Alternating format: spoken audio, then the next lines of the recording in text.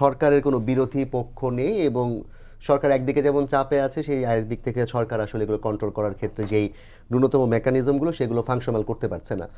আপনার কি মনে হয় যে সরকার চাইলে, যেমন ধরেন গতকালকে তারা সুপার সানডে ঘোষণা দিয়ে হচ্ছে সোহরাওয়ার্দী কলেজ এবং ন্যাশনাল মেডিকেল কলেজে হামলা চালালো, গতকাল রাতেই কিন্তু এই কলেজের শিক্ষার্থীরা মেগা মানডে নাম দিয়ে এবং প্রায় 6-7 কিলোমিটার দূরে তারা হেঁটে চলে গেল অনেকগুলো কলেজ একসাথে হয়ে। তো সরকার চাইলে কি এটা বন্ধ করার সুযোগ ছিল না? ছিল, থাকবে না কেন? সরকারের যে কথাটা অধ্যাপক মামুন বললেন যে ইন্টারেস্টিং, যে সরকারের আসলে বিরোধী কোনো নাই, সরকারের যে দুর্বলতা সেটা সরকার নিজেই। এই সরকারের মতো এত সাপোর্ট নিয়ে আমার দেখা মতো বাংলাদেশে আর কোনো সরকার আসে নাই। আমি তো সেই স্বাধীনতার পর থেকে সরকারগুলি দেখে আসছি, মানে এত সাপোর্ট আর কেউ পায় নাই। সবগুলো পলিটিক্যাল পার্টির সাপোর্ট পেয়েছে, সবগুলি মানুষের সাপোর্ট পেয়েছে।